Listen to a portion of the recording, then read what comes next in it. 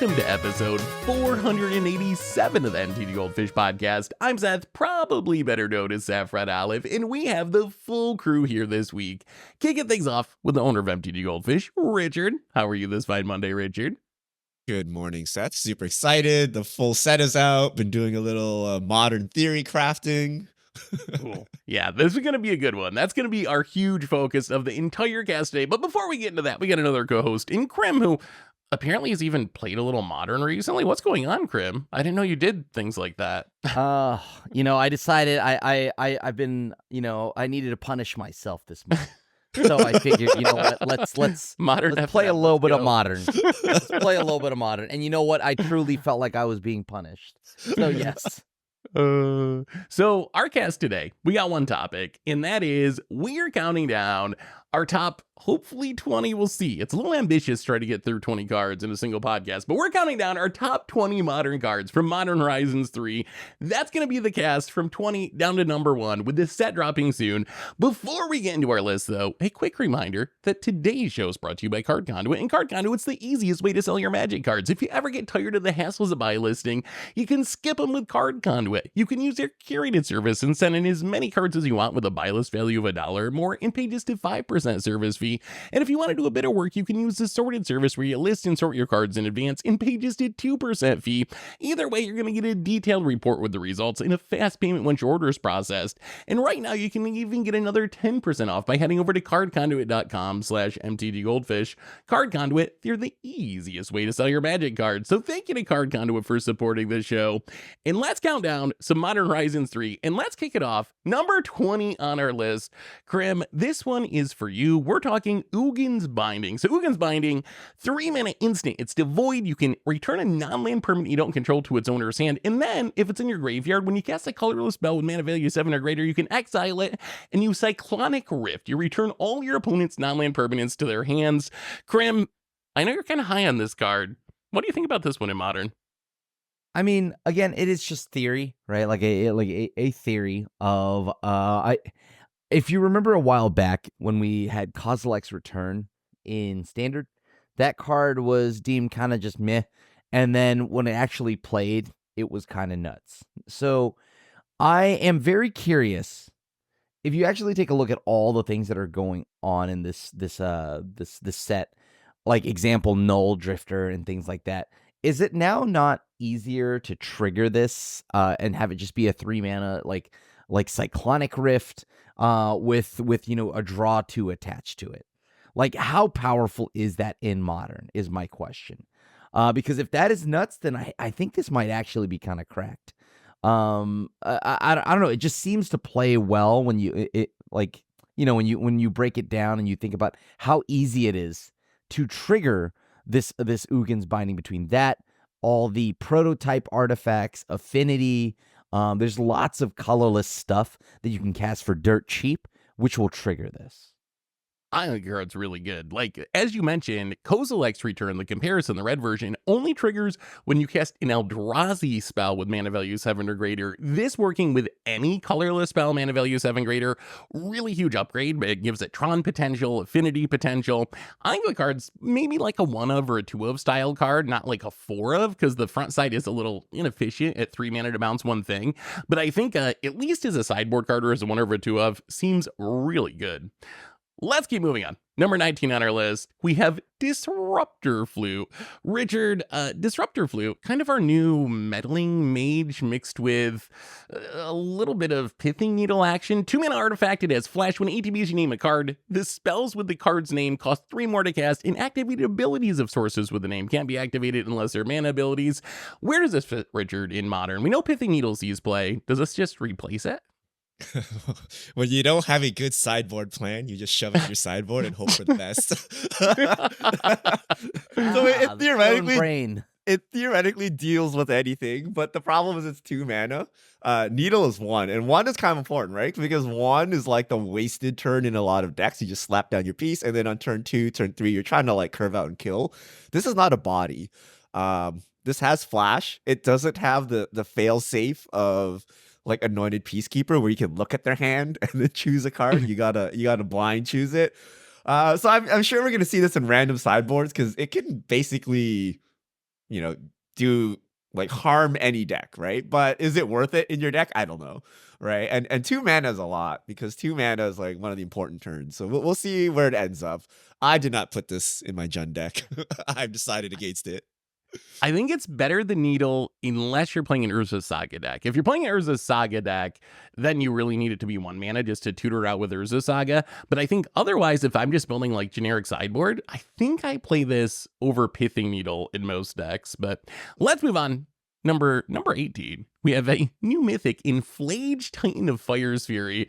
This one I had to get on the list because I think this card's really good. I know you're all gonna mock me. It's like Urwar Croxa, same setup, 3 mana, 6/6. You gotta sack it unless you escaped it. When it ETBs, you lightning helix something, escape it for 4 mana, double red and white, and 5 cards from your graveyard.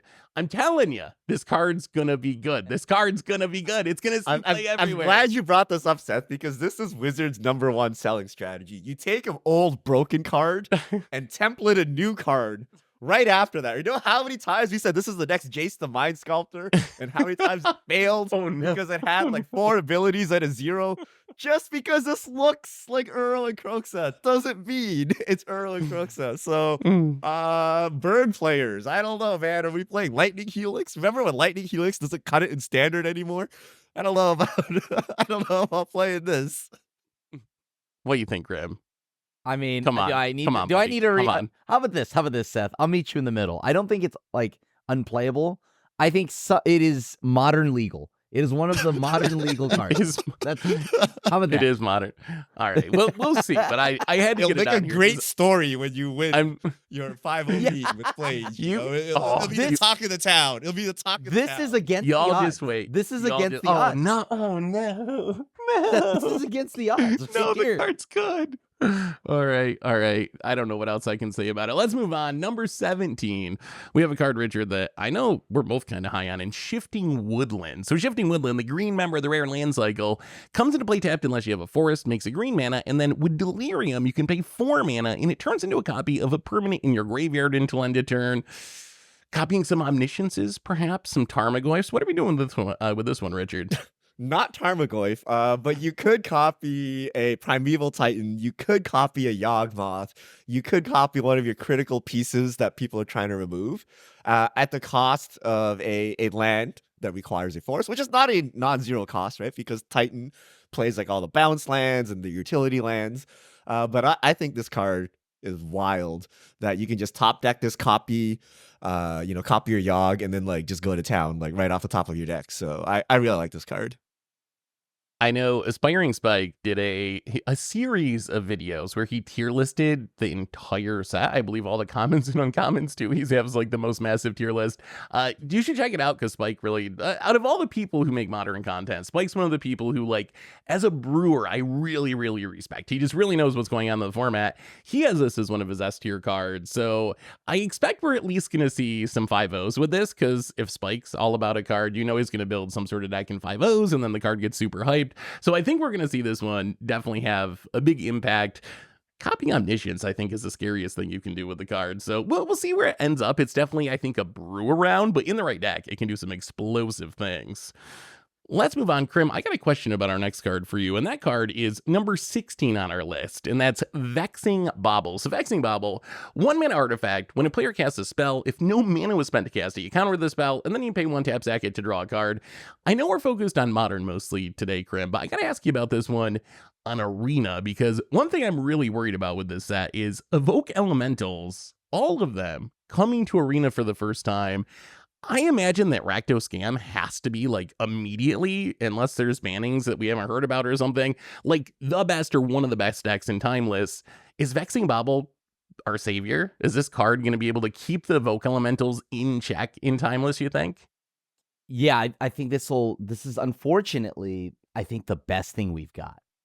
Whether or not it'll keep it in check, that I can't say, because I think sometimes Evoke Elementals, if I go second, I'm not going to be able to deal with your grief scam nonsense anyways. But if I have a shot, a sliver of a chance, if I go first and I get to drop this on 1.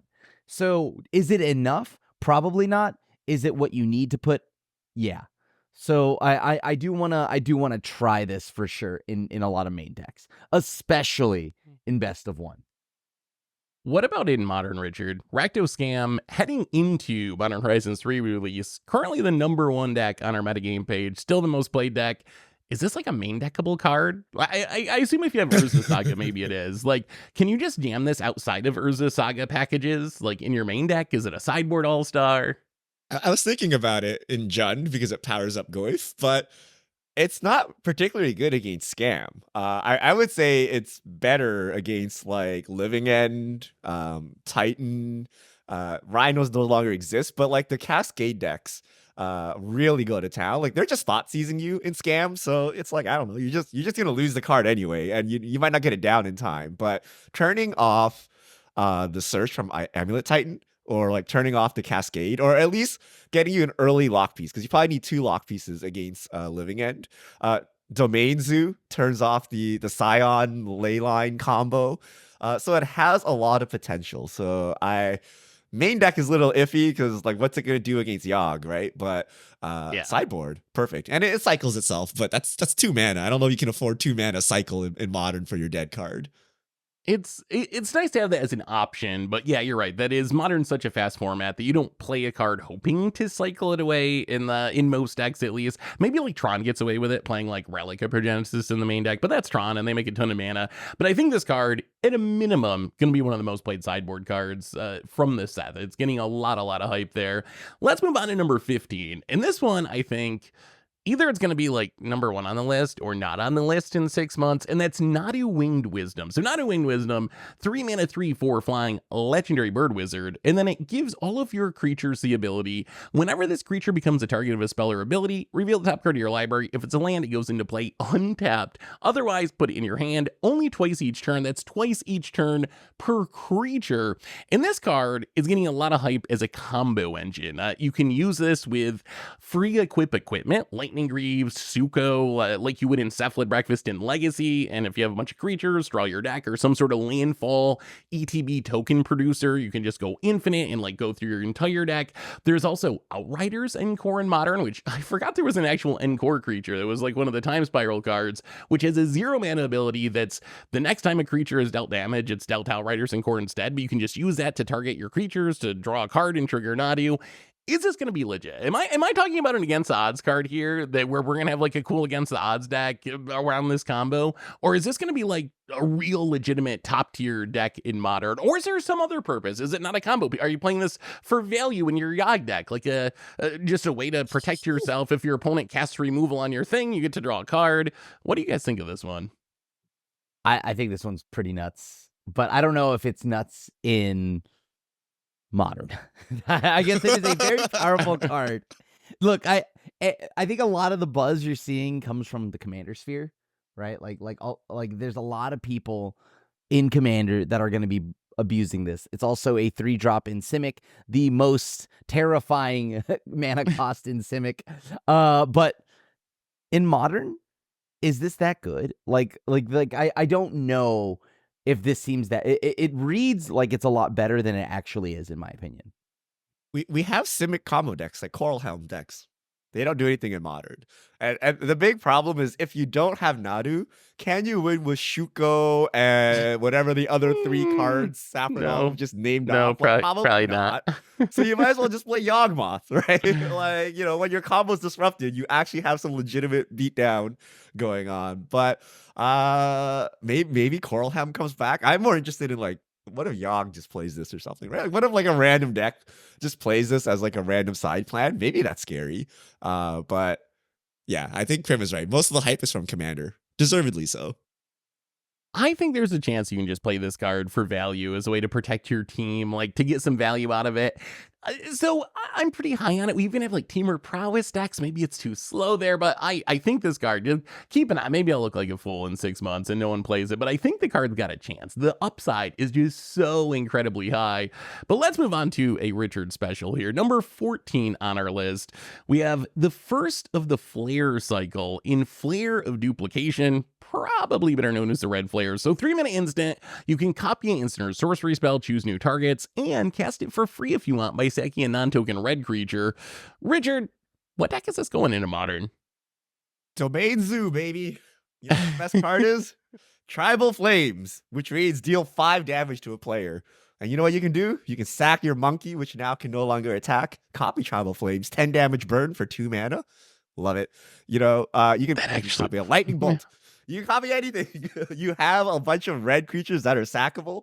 I think this is worth trying. I think take a Kavu hit and then just die the next turn because you shocked yourself and played an MDFC or something, like that would be that would be chef's kiss. So I think this is super playable. Domain Zoo is one of the top decks. This has a shot, I think. Ooh, you might have convinced me with that Domain Zoo argument, because not only, like, what you said is very scary, double Tribal Flames is just going to close out games, but you also have Leyline in the guild pack, so all your creatures are going to be all colors. If you have Leyline, so you can easily sacrifice them, so there's a lot of synergies there. Plus, you can get some defensive uses out of this, winning counter wars or copying your opponent's spells. It's not limited to just your own spells. What do you think, Grim? Is this one like a CDH card, or can this show up in 60-card formats? I mean, I think this is just great in Commander already, but like in Modern, I don't see why not. It's worth a shot. Yeah, I like Richard's argument here. This might feel like a combo card or something like, oh, well, a combo deck, does it really, this belongs there, yada, yada, yada. But I think this might be good in some kind of aggressive deck. And one that would do that is probably Domain Burn or Zoo. I think that's definitely a really good spot to try this. And there's a lot of red creatures in the format because of last Modern Horizons with Dragon Rage Channelers and Ragavan, so it is one of the colors where you have a lot of these potentially sacrificable early game bodies on the battlefield. Let's keep moving forward. Next on our list, we have number 13, heading into the world of white cards for Wrath of the Skies. So Wrath of the Skies, double white and X, you get X energy, then you pay any amount of energy, and you destroy each artifact, creature, and enchantment with mana value equal or less than the amount of energy paid this way. So a Wrath for energy decks, but maybe much more than that. Richard, is this a card that we're actually building like Aetherworks Marvel or some sort of dedicated energy deck? Or is this a standalone card that can just clean up all the tokens, and if you got a bunch of mana, it can turn into a real Wrath? So I used to play Crime Punishment, and I used to make fun of you for playing Crime Punishment. This half of it, but when Temur Rhinos was the thing, right? This is a 2-mana kill 2 rhinos. This is a 2-mana kill Urza Saga. So there's a lot of Urza Saga going around. And then Hammer Time, Wrath of the Skies will actually just like wrath them.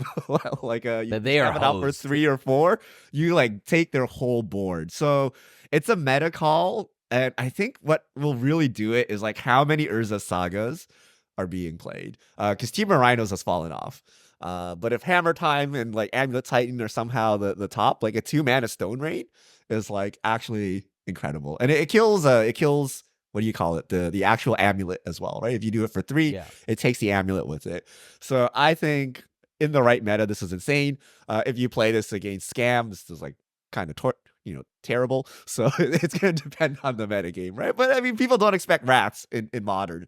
So you could try to use it as like 4-mana removal into like a giant wrath or something. So I think it's worth a shot outside of a dedicated energy. I don't like, even in an energy deck, what would you do? Try to wrath away Eldrazi or something? Just 2 mana, blow it all up. 2 mana, wrath the board. Oh, maybe if you use the energy enabler, you can 2 mana wrath the board. Maybe that's kind of fun. Yeah. I mean, I think we're thinking about it just on its own. Like this seems powerful enough to where if there are other energy payoffs, this could easily just be 2 mana answer everything. Yeah, and it's also worth mentioning, if you're an energy deck, this is also just an energy producer. You can dump all your mana into it, and you don't have to pay it into this necessarily, but it's a way to add a bunch of energy to your energy pool or whatever. I think the card floor is sideboard all-star, like Crime Punishment, and then ceiling is maybe energy is like an actual thing, and we get to see it like be a real Wrath in energy decks. But let's move forward to number 12 on our list. We got a little bit of a controversial card, perhaps, in Wintermoon. So Wintermoon, 2-mana artifact, says players can untap more than 1 non-basic land during their untap steps. How does this compare to other options that we have? Like a Blood Moon, let's say. Like if you're a monocolor deck, is this on par with Blood Moon as a hate card for your opponents, where you're playing Mono Blue Merfolk or some mono red deck? Do you just jam this to like get your opponent that's playing their Triomes and their Shocklands? What do you guys think about this one? How good is this card? I don't think this needs to be entirely as much a replacement or as anything like that, more as just redundancy. Being able to have more copies of this card may be just what those archetypes need. So, like, for me, this isn't just like, oh, better Blood Moon or anything like that.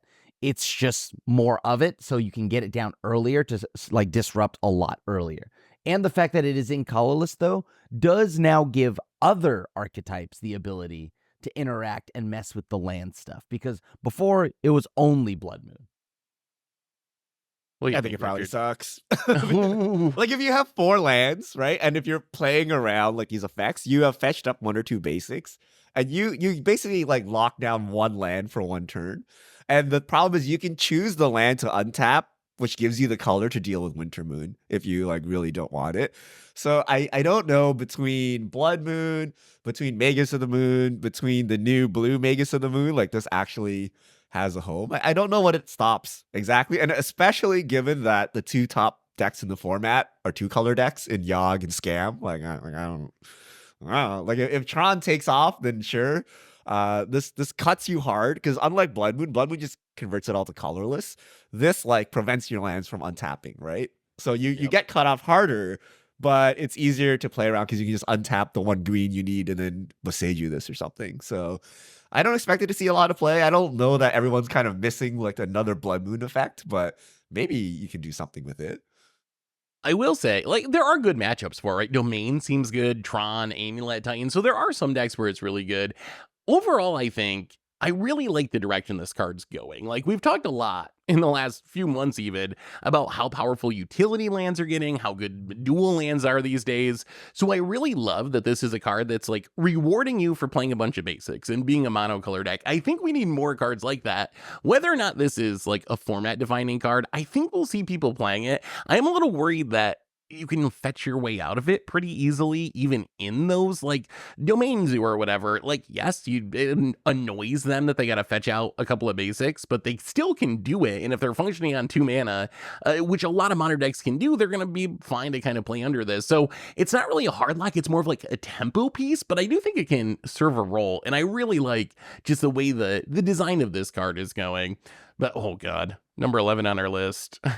If you listened to last week's podcast, there were some strong opinions about this card, and that card is Necrodominance. So Necrodominance, our new Necro, triple black mana legendary enchantment. You skip your draw step. At the beginning of your end step, you can pay any amount of life, and you draw that many cards.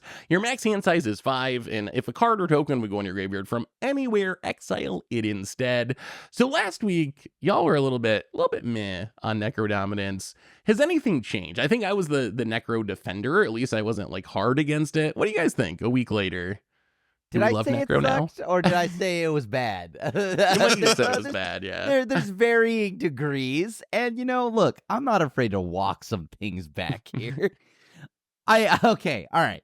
So Modern Horizons 3 is having an early access streamer event, right? And so through that, I had to kind of get to some brewing and some deck building. And as much as we like to give it crap for the fact that Necrodominance says you draw the card, that does hurt against Bowmaster, but is that not amazing with Sheoldred? That is true. Like a mono black deck, mono black just got a ton of tools, right? Like through this set. And why wouldn't you play Sheoldred and Necrodominance? Holy cow. I feel like this might be a lot better than we gave it credit for, but so in the event that is the case, I apologize. I am very happy to admit that I am wrong. Now, we did say that it was cracked in mono black coffers, possibly replacing the One Ring, right? Because not only the Sheoldred interaction, but you can pitch cards, right? Yeah, like you can pitch cards to the March. So yeah, you don't get the hand size thing. But do you play it anywhere else? Can Scam play this?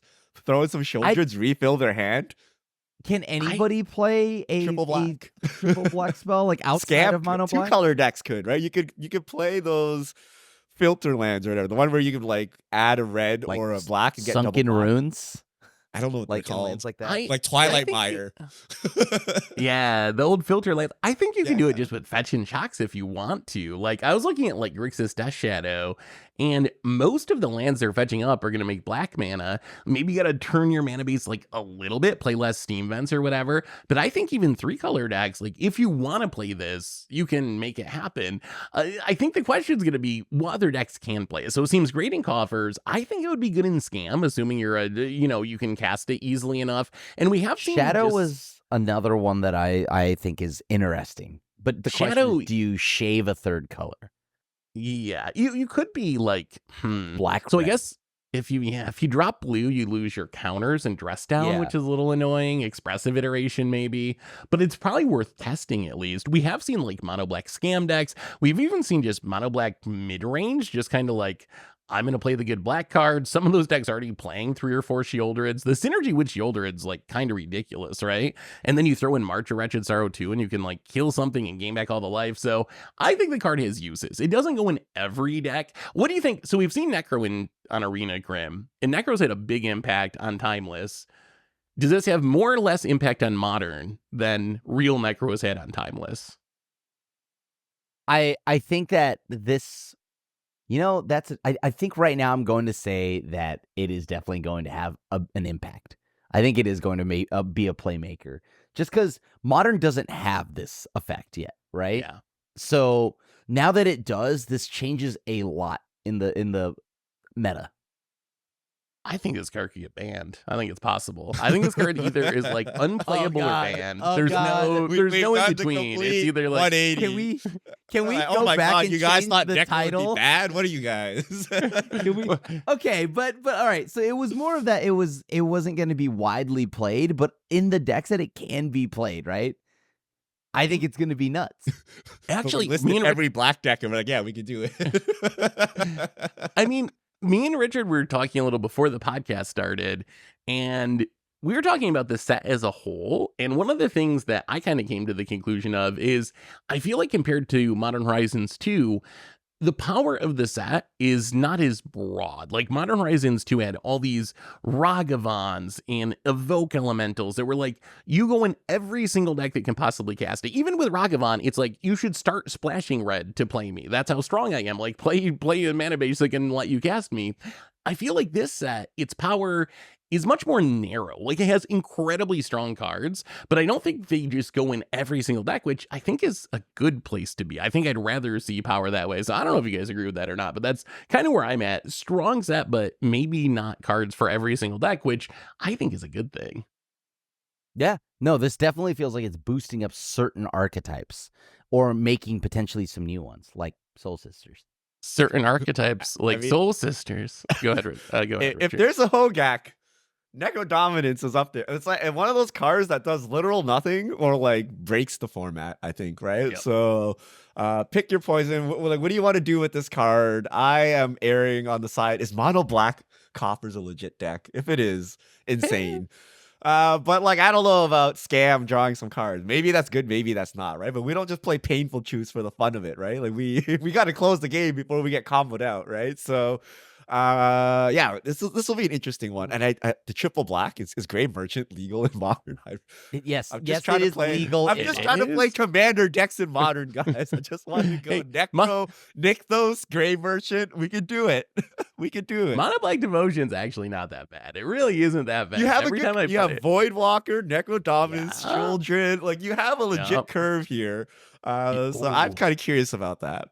You can probably play Coffers too, along with Nykthos, and just make tons of mana. I'm gonna have to build that deck. Well, let's move into number 10 on our list. Speaking of cards that could actually be good in Soul Sisters, we have our first Flipwalker in Sorin of House Markov. So this one has a lot of text. Front side, 2 mana 1/4. Extorting Lifelinker. At the beginning of your post-combat main phase, if you gain 3 or more life, you flip it into Sorin Ravidus Neonate, which also has Extort and has 3 loyalty. You can +2 it to make a food. You can -1 it to deal damage equal to the amount of life you've gained to any target. -6, yoink a creature. It becomes a vampire in addition to its other types, and it gets a lifelink counter if you have another white permanent that's not Sorin. So Sorin of House Markov, I think this card is actually kind of ridiculous. It's a 1/4. It has lifelink. If you look at the most played early game creatures in Modern, this just kind of shuts them all down. It's surviving Lightning Bolts and Bowmasters. It's stonewalling Ragavans. So it's got a really big body, and Soul Sisters might be a meme. But remember, you only got to gain 3 life. That's a single food. What about Asmo? What about the Asmo food decks that are very easily just adding all this food to the battlefield? And then it becomes a finisher, right? Where that -1 that deals so much damage, you just crack your food and like dome your opponent for 9 or something. It seems very easy for this card to be like a legit win condition for something like Asmo food, or if you want to try to make Soul Sisters work, it seems good there, like Martyr proc style decks. But what do you guys think? I think the food synergy is what sold me on this, not just being a Seth meme card, but like actually a real card. I think Sorin's fine. I think it's fine, but the archetypes that he's in are kind of garbage. So Yeah, I guess that's the that's problem, fair. right? Like, and if I'm gonna go Soul Sisters, I think Guide of Souls might just be better. Because It does have the souls problem in it. it has outside of it just having souls in it, I think that gaining the life and getting the energy, I think that you are able to give all your army of terrible little poopers instead of just being a 1/1, they're now 3/3 flyers, right? That's better than I think what Sorin's doing. But you know, I do think that Sorin's fine in those archetypes. If you cast this and I have a Fatal Push, I think I'm just gonna wait to see what happens. Yeah. I'm not convinced this even does anything. Is this even worth wasting your removal on? Like, I don't know, man. I'm gonna wait You're to very see excited what about a happens. Planeswalker flipping, but you're like, what does it even do? I don't think it even does anything. So, I don't know. What's Seth. number 10? Why is this number 10? This should have been number 20. Okay. Let's move on to number 9. I got another Flipwalker. Let's see if I can sell you on this one. We have Flipwalker number 2, Grist Voracious Larva. 1 mana, 1/2 Death Touch Insect. When it or another creature ETBs from your graveyard or is cast from your graveyard, you can pay a green, turn it into its Planeswalker form, which is Grist the Plague Swarm, 3 loyalty, +1, make a green and black insect token, then you mill 2 cards, put a death touch counter on the token. If a black card was milled, -2, blow up an artifact or enchantment, -6, for each creature card in your graveyard, create a token that's a copy of it, except it's a 1/1 black in green insect. So I think Grist. Okay, maybe you're not sold on Sorin. How about this? It goes right into Yogg, which is one of the best decks in the entire format. Like, Yogg has undying creatures that are coming in and out of the graveyard all the time. You sack your Young Wolf, it comes back out from the graveyard. So it's very easy to have a creature coming in and out of the graveyard between your Stranglergeist and your Young Wolves and so forth. And this is just like a nice value Planeswalker. It reminds me of original Grist, the +1 of making an insect, especially coming down early in the game, can be very annoying to get through. Like, Grist can be very difficult to kill just because it's constantly +1ing, then you can sack the tokens to your Yawgmoth or whatever. Plus, then you have additional, brew around potential. You unearth something, you Gravecrawler loop something. There's a bunch of other ways if you want to go outside the top tier decks in the format, but Grist has got to be good, right? Good in Yogg.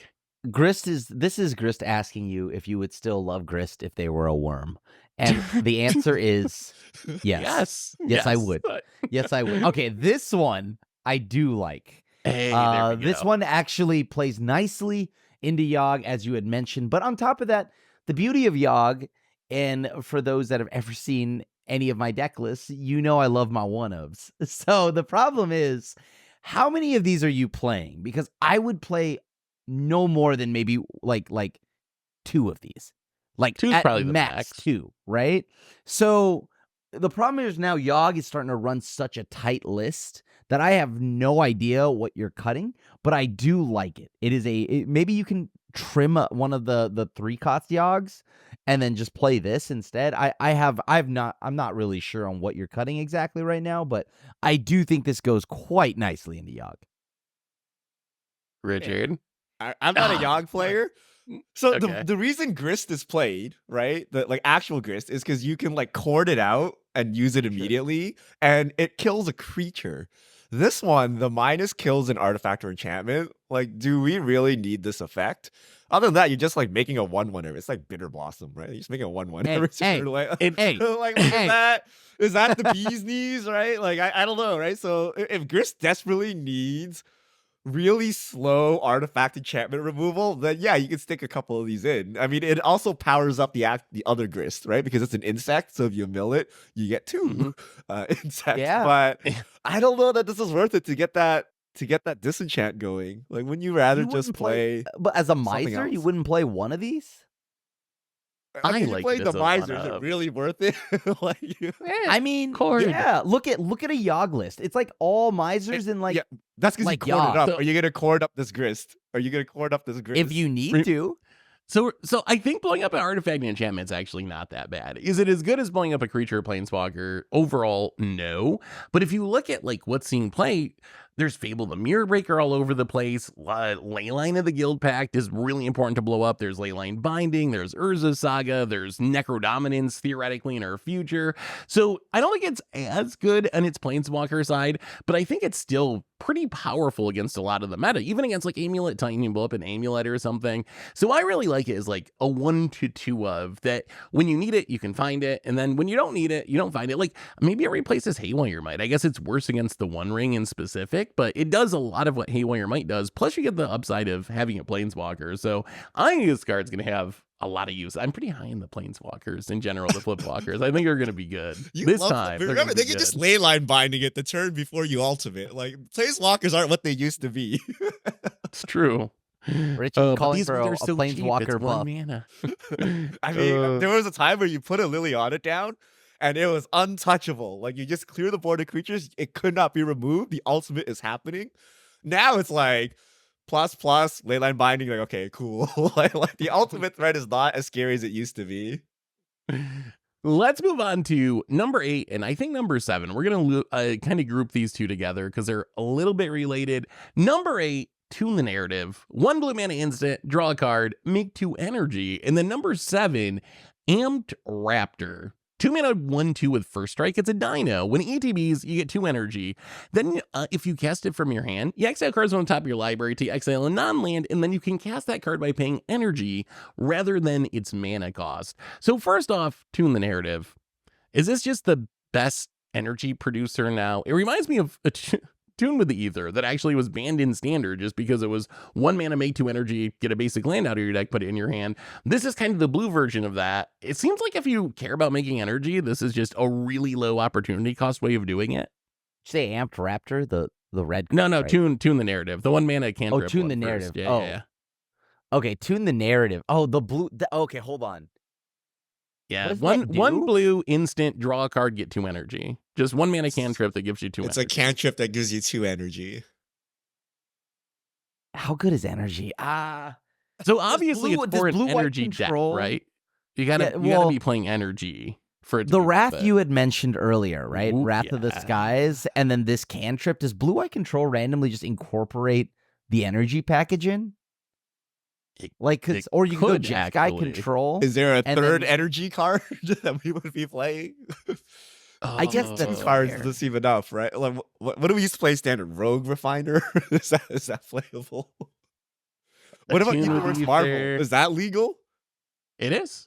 How much energy do you need for the extra turn, though? 6 to, or that's not an extra Oh. turn, right? It's a spin into a random card, but it is 6 spin into a random energy. card? What's the You extra turn? get to look at your spell? top 6. Gonti's Etherheart, you need 8 energy, I believe, Oh. and you get an energy when an artifact enters the battlefield. Yeah, that's the question, right? What are the payoffs, other energy payoffs? And really the ones we've seen from Kaladesh just aren't really that strong in Modern, so I think we're kind of limited to like the new cards that we're getting from this set. I don't know what else you get for Blue-White Control, honestly. The Wrath seems good, but I'm having a hard time finding other cards I'd want to play in a Blue-White Control deck.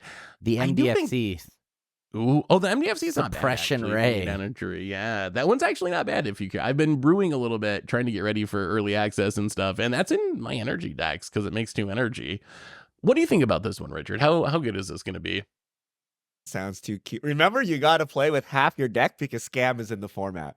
Okay, so like whatever key synergies you need, you gotta like take half of them out of your hand, and your deck needs to function still. So if you rip like half the energy payoffs off, and you just have like a Wrath of the Skies in your hand, like is that a serviceable card, or would you rather just play Supreme Verdict? So Yeah. I'm a little wary that remember you're starting 2-3 cards down. So if you're relying on synergies like, Tron or something, it may not happen. But, energy is a alternate resource. Wizards has continually messed up alternate resources like dredge and energy in the past. I would not be surprised if there's a broken energy deck somewhere here. But we need to know what the payoff is and whether it's worth going through all these hoops. But this has got to be like Ponder level, Serum, Visions, Preordained like type, right? If the energy deck exists, this is cracked. If it's not, then this is useless. I would agree. Yeah, there's no way you're going to play this without other energy cards. There are just better ways to do this. On the other hand, you know what's really good about against getting griefed and scammed out of the game? Cards that put multiple cards on the battlefield, like Amped Raptor. And I think Amped Raptor is... I would put this like top 5, top 3, maybe. Like, I think this card is like absolutely cracked. So it's 2-mana Bloodbraid Elf for decks that are built around it. And there are decks in Modern, many decks in Modern, that is playing all 1 and 2 mana cards. Think of like old Lurrus decks. Remember how busted Lurrus was? Because, hey, I can just play this for free in a lot of my decks because all my permanents are 1 or 2 mana anyway. If you look at like Zoomer Jun decks, Grixis Death Shadow decks, Burn decks, a lot of those decks, every single card is 1 or 2 mana. So Amped Raptor is a 2/1 body that's just going to come along with another card from your deck for free, like Bloodbraid Elf. Isn't that absurd? What am I missing? Is this card not just broken? No, is it not? It dies to Bowmaster. Does this body count for anything? It can't attack through a Dryad of Elysian Grove or whatever. It dies to Bowmasters. Is it worth it? It got first strike though. It can get through the Bowmaster. It can get through the Bowmasters after they've wasted their ping on something else. Yes, correct. I don't know. I mean, it seems pretty decent in Burn. I kind of like it in Burn. Yeah, Burn I can totally see. But I don't know where pitch me Jund staple on Jund, like just literal Jund, and I'm like, oh, what? you wait. Oh, y'all wait. What if you like 8 whack, like a deck like that, insane. Like you just chain Amped Raptors together into an 8 whacking thing, and you go to town. I get it, but like in Scam. No, Seth. In Jund? No way, right? we didn't even talk about the upside of playing it with other energy producers. Imagine this. Turn 1, you cast your Tune the Narrative, you get 2 energy. Turn 2, you Amped Raptor. Now you have 4 energy. You can be casting any a One Ring, a Yawgmoth, like name some 4-drop that's super busted and gonna win you the game for free on turn 2. Isn't this like cheating on mana? It's like a ritual build in there too. It's so insane.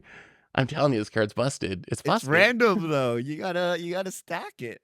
Yeah, but you're mostly playing good cards anyway, right? Hopefully your random cards. Every time I see a card like this, I think Tarmogoyf, where everyone's like, this card sucks. You gotta build around it. You gotta be a self-milling or whatever, right? So I wonder if like we're missing it, right? You need no energy payoff.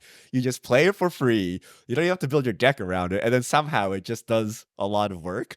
It just does the thing. But if X1s are unplayable in Modern, does this help that you added some RNG to your deck and pumped out an X1, right? Like at least it's an X1 that comes with another card, so that does help there. But that is true. There is some RNG. I don't know. I'm really high in this one, but I guess we'll wait and see. I've seen arguments. Some people think it's super cracked. Other people think it's like downright bad. So it'll be interesting to see how it shakes up. But I'm on the super cracked side. Let's move on. Number 6 on our list. We got one that I'm honestly not that high on, but I'm curious about Ulamog the Defiler, the only one of our new Eldrazi on the list today.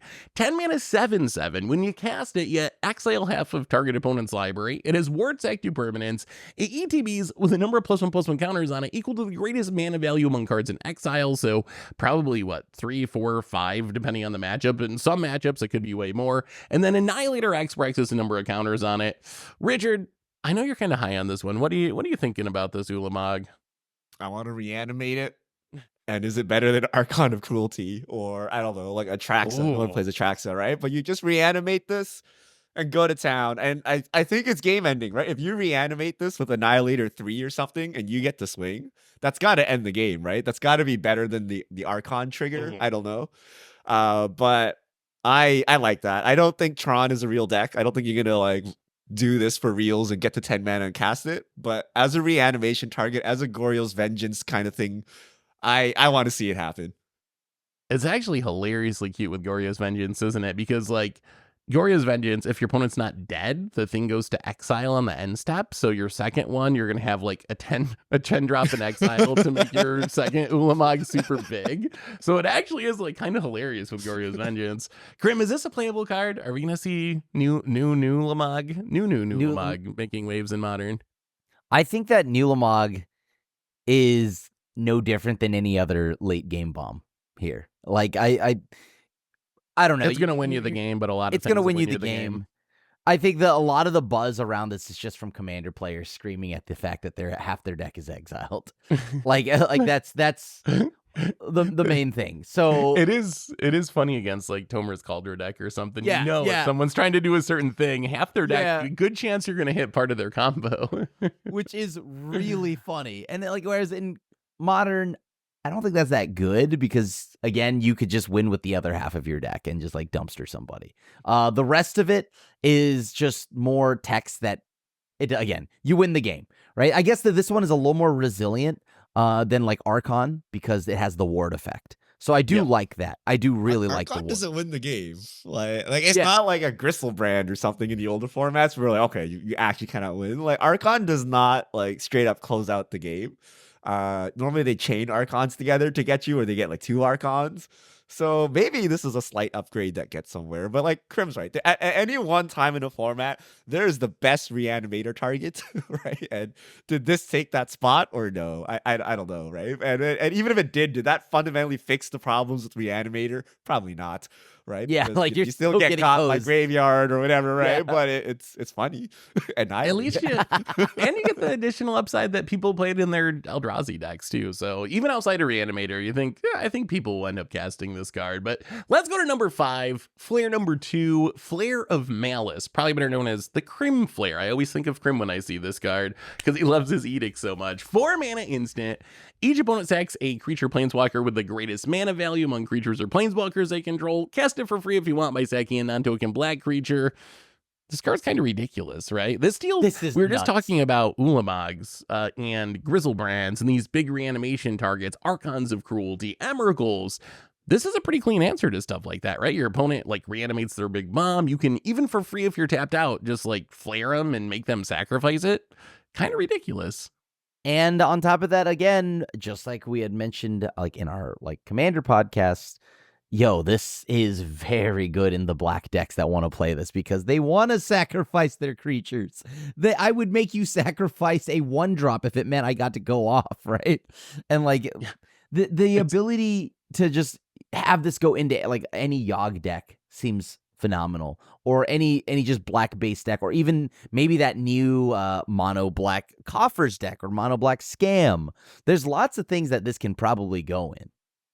Scam is where I'm most excited because Grief, right? Because trigger on the stack. Your Grief trigger on the stack, you can just cast this, but it also converts all your Undying stuff into something useful. So if you just have like a Voidwalker, right, and then you're flooded with all this Undying reanimation spells, you can just fire off the flare, bring back Voidwalker, and convert those. So I'm actually super excited for that deck, and I'm looking to get 4-for-1 or whatever, like 18 mana spelled from the Grief. But that's where I'm looking, and black is one of the most played colors in Modern. So I think this will finally they found a way to buff Grief. Yeah, and finally you can look on the Tron player's face as Karn Liberated. They somehow managed to do it. Karn Liberated bites the dust due to Flare of Malice.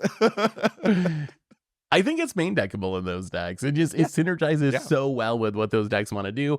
Plus, you got, like you said, a lot of other black decks in the format as well. And this is one where casting it for 4 is like not ideal, but it's also not that bad of a deal for what you're getting out of it. Like it's passable, I would say, kind of like the Evoke Elementals. Let's keep moving on. Number 4 on our list, we have a very cheaty on mana card in Phyrexian Tower. Technically a reprint, never been in Modern before. Just a legendary land that's tapped to make a colorless, or tap sack a creature, make 2 black mana.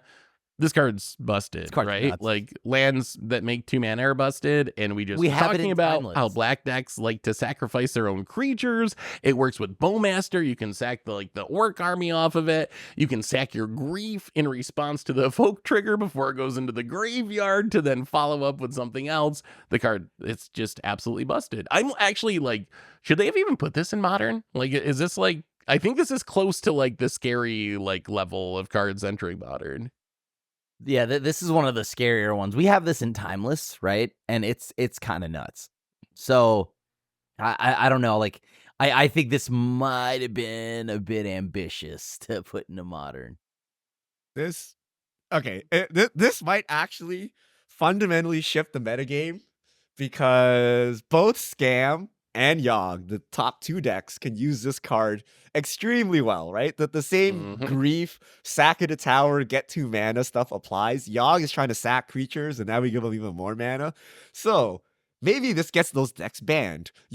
First, Wizards will be like, ooh, let us try to ban this one card so the deck is still playable. And then it doesn't work, and then they just ban the whole thing. So maybe this card does it. Maybe this card does it, right? This is the card or they just ban that gets them. They crossed my mind that this could be the card that gets Grief Man. Like, I think it's possible. It allows for such explosive turns. As you mentioned, it speeds up Yogg by a turn, like dropping Yogg on turn 3, very realistic with this card. And I think as we've seen in Timeless, Necrodominance, double black pips. I mean, I think you're going to see this in a lot of decks, though, because in Timeless, I see a lot of decks that just have black stuff going on and black creatures play this as like a one of, and then you have like dedicated Phyrexian Tower decks that are like storm decks almost that are playing 4 copies and trying to use this like a ritual. So I think this card's going to see a very, very heavy amount of play, and like you said, it might actually end up getting some things banned. On the other hand, we got some good answers to non-basic lands like Phyrexian Tower. Like number 3 on our list, Harbinger of the Seas. So Harbinger of the Seas, it's our blue Magus of the Moon. Colorless, blue for a 2/2 Merfolk Wizard. Non-basic lands are islands. Obviously great in Merfolk, right? We've talked about this in past podcasts. Better than Magus of the Moon? Does this mean these busted lands like Phyrexian Tower are going to be safe in Modern? Because we just island them, right? And it's fair. This is better than Magus by a landslide. Why? Because why is it better than Magus? Because Merfolk. It has the type. It's blue. Merfolk. Red is actually played. I think the real reason is if you Blood Moons or if you Magus the Moon someone, you give them mountains that then they can unholy heat or lightning bolt your Magus of the Moon. If you give people islands, they don't usually have removal, so they could suspend. Yes, they can Odawaru. No, they can Odawaru. They can subtlety. Yeah, sure. That's true. But like subtlety doesn't remove it. This is so good for Fish. Like, I genuinely think that we talked about the power of this set being very good for archetype-specific ones. I think this alone is going to boost up Fish by a landslide. So I have bad news for you, Krim. This weekend, I was trying to brew Abzan. I'm like, this is garbage. Let me brew a good deck. So I tried to brew Fish for a second. And I was like, this deck is hot trash. I'm like... It can't be anything because we have 2 cards like Flare of Denial and Harbinger. I'm like, oh, and Tidefinder. This has got to be good. But Fish thrives against like combo decks, right? So like you put pressure down, they don't have creatures that you need to deal with, and then you like counter their 2 things and you win. But Modern is exceptionally fair right now. They're all like grindy creature decks like Standard. So I think Fish doesn't actually have a home. Therefore, this card actually sucks. But I cannot make a Fish deck that looked reasonable and be like, yeah, I could beat Yogg with this. I'm like, no, man. Like, why am I beating with this?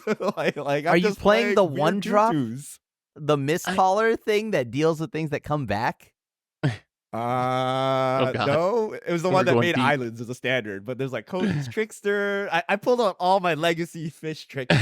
Like all of this stuff looked kind of sus. I'm like, Bowmaster still mows down half the field here. Like, Similan does not fix it, I don't think. But I don't know, man. Fish, this is all contingent on Fish being a thing, and I just don't see it with like black decks being like the best decks in Modern.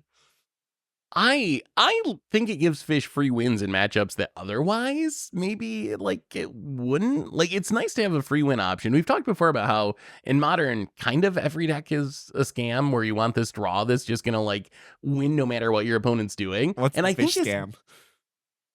Yeah, a Harbinger Protection? against Domain or something. You So got turn 1, wait, it has to be turn 2, right? But like you spreading seas, they're basic, and then you Harbinger the other ones, right? Like that would be Yep. the scam. But then there isn't Murktide, and you're screwed anyway because But they they just Bowmasters your board anyway. How do they Bowmasters if I have a 2/2? Even outside of Merfolk, though, I think this card has uses, right? We see Magus of the Moon show up in like random, is it control decks? There's other implications. So I don't think its fate fully rests on Merfolk being good, even though I do think it is good in Merfolk. But let's move on. We got 2 more cards to get to. Number 2 on our list, we have another super cheaty on mana land in Ugin's Sanctum. So Ugin's Labyrinth, rather. Ugin's Labyrinth has Imprint. When ETBs, you can exile a colorless card, mana value 7 or greater from your hand. Taps it a colorless, except if a card's exiled, it makes 2 colorless, and then you can also tap it to return the exiled card to its owner's hand. I actually think our list might be a little off. I am personally more scared of Phyrexian Tower than this card, because I think Tower goes in more decks, but they are similar power level, right? Like, if you're a deck that can fulfill Ugin's Labyrinth's requirements, and this is making 2 mana on turn 1 or turn 2, that's busted. It's Ancient Tomb or whatever. Like, it is a historically broken card. So I think the card's absolutely insane, but I think it goes in less decks than Phyrexian Tower, personally. No, I agree with that. I think that I am more scared of Phyrexian Tower because it does more than just add 2 mana. The sack is huge. Like to be able to make them like to net the mana, sacrifice, do all of that, and it goes in more decks, like you had just mentioned. Whereas Ugin's Labyrinth is just Eldrazi. Yeah, I think this is boomer fears. Like, I think we all fear like the big Eldrazi decks, like the Tron of old. But I think Tron of old is just utterly unplayable because of Voidwalker, right? Like, you Voidwalker, get your thing Thoughtseize. Like, it's like it is so over, and you need to fight through the triple Thoughtseize or whatever to begin with, right? So theoretically, a home in the big mana decks, but we haven't seen a big mana deck in quite the while, right? Like we've seen them go to small Karn, Eldrazi Tron fades in and out sometimes, but like Thought Not Seer just does not line up good against the threats of Modern. So I don't know. This is kind of scary, but at the same time, I think it's just boomer fears. I will say we got a lot of new Eldrazi in this set, so maybe we see some sort of like Eldrazi's Tron style deck reemerge. Also, I like it in the Mirror Enforcer style, like Simulacrum Synthesizer Affinity decks, which we'll see how good they are, but I think it's really good there too. Turn 2 Synthesizer off your Mirror Enforcer and then get it back and cast it later seems really strong. But let's move on. Number 1 on our list. We got 1 card to go. And Krim, I guess this one's for you. We have a counterspell, a free counterspell, number 1. Flare of Denial, the blue member of the Flare cycle. So 3 mana, counter target spell, except you can cast it for free by sacking a non-token blue creature. Where's this one going? That's my one question for this card. Like, it doesn't really go in control decks, right? Because you don't have creatures to sacrifice. Is it a Merfolk card? Snapcaster. Ooh, is Snapcaster back on the Krim? map? On the menu again. Okay, maybe not. But like, you got it? You have Fish. I think Fish just got another tool here, right? Like, this is another powerful card that goes quite nicely into Fish. I'm gonna pretend that it technically can go in fairies. I'm just waiting for Bitter Blossom to be good again. But I'm waiting there with you, Chris. That might be a Modern Horizons 5 or 6 type of thing. That's a down the line. You got a couple more sets to go. But I do think that that deck specifically, Fish, and any blue creature tempo style deck. So like, I don't know how do you see spirits anymore? I don't think you really see spirits anymore. But like.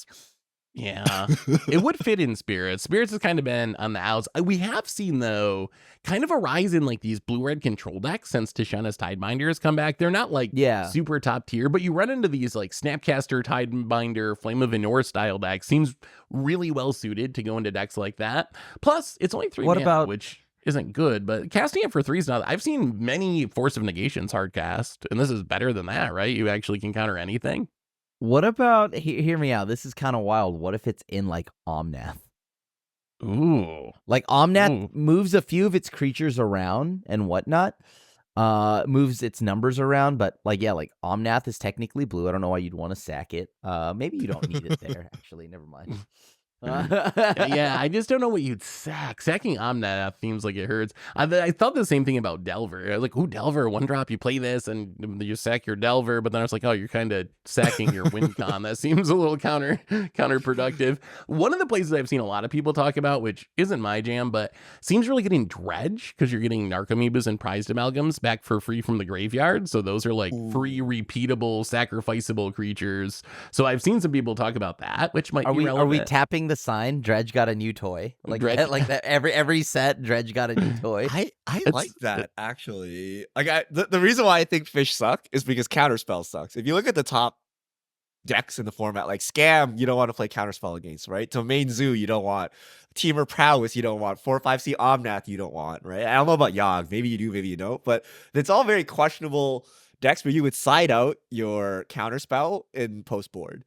Right, so the fact that you have this super cracked counterspell doesn't help you, which is why I'm kind of wary about fish and like this really strong counterspell. But if we move, let's say Ulamog actually breaks the format, everyone's playing Reanimator now, counterspells are back on the menu, then this card is insane.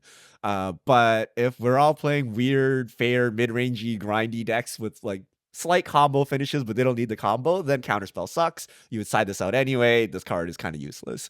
So it kind of depends on where the format goes. But a free counterspell is something to look out for. Yeah, I mean, the track record of free counters is just really good in Magic. In this one, it's got some safety valves built in, like having to sack a creature. But still, I mean, the track record's just so good that I think there will definitely be decks that find a way to take advantage of our new flair. Anyway, I think that brings us to the end of our top 20 cards for Modern Horizons 3. What do you got, Krim? I actually think something that we should that is worth a mention and may seem like a meme is Crabomination. I'm not joking. I am going to play Crabomination. I do think it's probably a meme, but it seems very dude, that card is. Did you know it casts the card? It for casts free. the card for free. And so like being able to sack like your Frogmite or whatever, or any of your big useless affinity cards to get a Crabomination, which is again 4 black emerge from artifact, then it's 5 black, and when it enters the battlefield, target opponent exiles the top of their library and a card from their graveyard and a card from random. All of these are at random from their hand. And you may cast a spell from among the cards exiled this way without paying its mana cost. It's a bit random, but like that's so random. What are we trying to snipe? I mean, you do get 3 cards. So you get the best of them for free.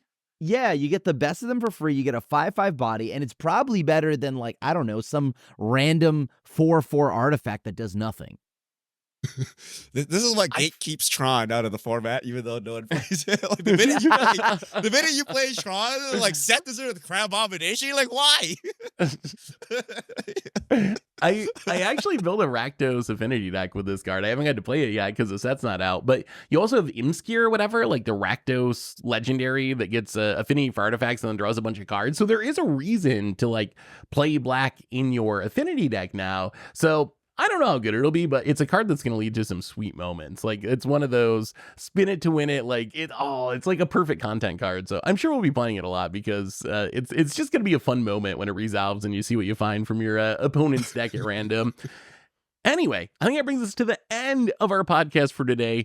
No fish mail this week, but Richard, if people want to get him in for next week, how do they go about doing that? All right, you can comment on our hot takes at MTGGoldfish with the hashtag MTGFishmail, and we'll get to your questions on air. So those have been our top 20 Modern Horizons 3 cards for Modern. You've heard what we like. Let us know in the comments. What do we get right? What do we get wrong? What's your top cards for Modern or whatever format you enjoy from the set?